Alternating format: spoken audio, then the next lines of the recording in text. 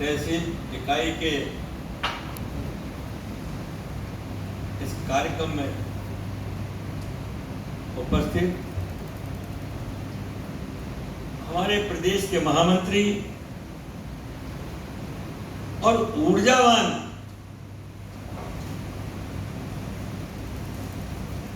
कार्यक्रमशील और संगठन के प्रति चिंतित रहने वाले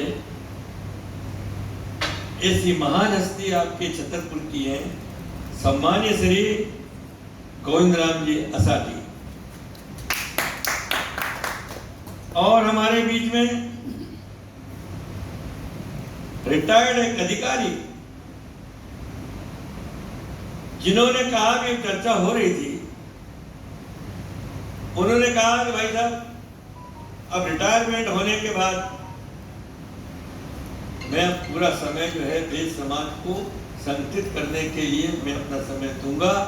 ऐसे हमारे ऊर्जावान संभागीय अध्यक्ष श्री अजय गुप्ता जी, तहसील इकाई के अध्यक्ष अतुल गुप्ता जी, संचालन करने वाले शैलेंद्र जी जैन और महिला इकाई की अध्यक्ष बहन कटहल, नवयुवक के सम्मानित श्री आशुतोष जी शिवहरे गुप्ता जी और उपस्थित मेरे बंधुओं साथियों, आज मेरा संगठन के विस्तार के लिए ये मेरा प्रवास का कार्यक्रम के अंतर्गत आज मैं आप लोगों के दर्शन करने के लिए मैं यहाँ आज उपस्थित हुआ और उसका श्रेय अगर किसी को दिया जाता है तो हमारे गोविंदराम जी असाटी को दिया जाता है। यदि उनका आग्रह नहीं होता तो नौगांव जब जीवन में पहली बार ही आया और मुझे आपके दर्शन होने का सौभाग्य कब मिलता। बंधुओं, ये बैठक का स्वरूप है। सम्मेलन जब हम करते हैं उसमें अपार भीड़ होना चाहिए, उनका कोई सदस्य हो या नहीं पर भीड़ दिखाना चाहिए, वो सम्मेलन का स्वरूप होता है। लेकिन जब संगठन का स्वरूप होता है वहां भीड़ की आवश्यकता नहीं होती, क्वांटिटी की आवश्यकता नहीं होती, वहां पर क्वालिटी की आवश्यकता होती है। इसलिए जो हम आपको संदेश देने के लिए आए हैं, हम सिखाने के लिए नहीं, आपको जगाने के लिए हम आए हैं। और जब हमारी ऊर्जा आप अपने समाज में पहुंचाएंगे, भाई ट्रेनिंग है ना आपकी, हम आपको विचार दे रहे हैं कि विचार शेयर कहां करोगे, अपनी समाज में इसका महत्व बताओगे। जब देश समाज के लोगों का जो महत्व बताओगे और फायदे क्या होंगे वो बताओगे तो समाज आपसे जुड़ेगी। हम लोग कहते हैं कि फायदे क्या, देखिए बात है, हम लोग वैश्य लोग हैं और कभी घाटे में हाथ नहीं डालते, फायदा दिखता वहीं जाते हैं। तो फायदा मैं आपको बताना चाहता हूं, 3 फायदे: राजनीतिक, सामाजिक, आर्थिक और धार्मिक। अब पहला है कौन सा? राजनीतिक। प्रजातंत्र में संख्या बल की बहुत बड़ी कीमत होती है। अगर मान लीजिए एक घटक के 10 घर के आदमी डींग डींग करके खड़े हो जाए, क्या प्रभाव? हमारे ये गुप्ता जी बैठे हैं, इनका घटक के खड़े हो जाए, क्या प्रभाव? ये हमारी बहन बेटी है शिवहरी, क्या अग्रवाल जो है, जो अपने जो बच्चों को गोद लेकर के समाज का इतना बड़ा काम करे, बड़ी विभूति है ये। वो आज यहाँ बैठी है, वो अग्रवाल समाज में करेंगे, क्या मतलब है?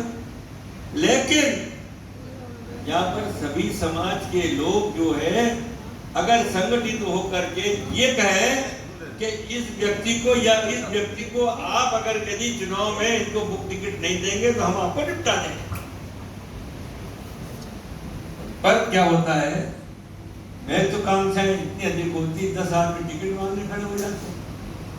पहले हमारे यहाँ लोकल में तय करेंगे एक आदमी कौन होगा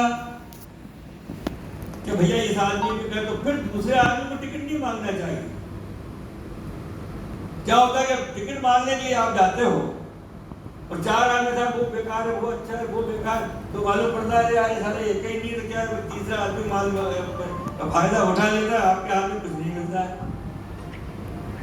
इसलिए ये राजनीतिक फायदा है कि समाज जब जुड़ेगी तो ये आपको राजनीतिक फायदा प्राप्त होगा। तो ऐसा ठीक सही है ना। अब दूसरा फायदा क्या है? धार्मिक आर्थिक फायदा। मान लीजिए आपका व्यापार जो है जिस विषय का है, और जब आप हमारे जिले की बैठक में शामिल होंगे तो आपसे संबंधित कोई ना कोई बाहर का व्यापारी आपसे टच में रहेगा। ऐसी है ना, जो भाई तुम काय का काम करते हो? यार हम तो इलेक्ट्रिक का काम करते हो। भाई तुम क्या काम करते हो? मैं भी इलेक्ट्रिक का काम। यार मेरे यहाँ भी कुछ सप्लाई करना नौगांव के अंदर। यार क्या है, आपके संबंध बनेंगे और आपके संबंध जब बनेंगे तो आपको व्यापार में फायदा होगा। अच्छा, 1 मिनट भाई, अब हो गया बैठक में 2 मिनट लगा। सामाजिक राजनीति हो गया, व्यापारिक हो गया, आर्थिक, और अब आपका सामाजिक। अब सामाजिक फायदे में क्या फायदा है? हमारे समाज में लोग इतने पढ़े लिख गए हैं, बेटे और बेटियां, कि उनके लिए आज सबसे बड़ी मुसीबत इस बात की है कि उनके विवाह संबंध नहीं होते। हाँ। माता पिता चिंतित रहते हैं, यार ये लड़का कुंवारा है, उम्र निकलती जा रही है, लड़की नहीं मिल रही। जहाँ समाज में जाओ भैया नौगांव में क्यों दे, तो गांव का मामला है। छतरपुर में जाओ, जब छोटी जगह है, तो बम्बई कलकत्ता की हवा ज्यादा लड़कियों को लगती है। अब उस परिस्थिति के अंदर क्या करूंगा? लड़की ज्यादा पढ़ गई, वहां काम नहीं, लड़का ज्यादा पढ़ लिख गया तो उसको वो नहीं। तो ये बैलेंस जो है आपका जो है सामाजिक, ये बैलेंस जो है आपका बिगड़ रहा है। अंत में क्या होता है, लड़का कहीं अलग जाता है, लड़की अगर कहीं जाती है, और अंत में उसका जो निर्णय होता है, माता पिता की गैर मर्जी से संबंध जो होते हैं, या तो आत्महत्या पे जाते हैं और या तलाक पे जाते हैं। ये होता है कि नहीं होता भाई साहब, बताइए आप। तो उस परिस्थिति में ये वेद महासम्मेलन ऐसा है कि आप लोगों को इस चीज से आपको बचाता है। पहले लड़की अगर अपने नौगांव में है, नौगांव के गांव के लगे हुए हैं, कहीं भी हो तो वहां भी है, बच्चे लोग हैं, तो पहले अपने संबंध अपनी समाज में करें। साहू समाज में संबंध करें। आप अपने संबंध अपने समाज में करें। यदि आपके संबंध अपने समाज में कोई योग्य वर नहीं मिल पा रहा है, वधू नहीं मिल पा रही है, तो अपने को फिर भेद समाज की तरफ अपना मुंह मोड़ना चाहिए। अंत में एक बात और कहना चाहता हूं, तो लव जिहाद पे अगर आपको कंट्रोल करना है, लव जिहाद के ऊपर करना है, तो अपने को रोटी बेटी का व्यवहार करना शुरू कर दीजिए, नहीं तो लव जिहाद का बढ़ावा मिल जाएगा। ये एक सूत्र दे रहा हूं। तो ये बड़े फायदे हैं, और ये फायदे समाज के लिए बहुत बहुत कारगर है।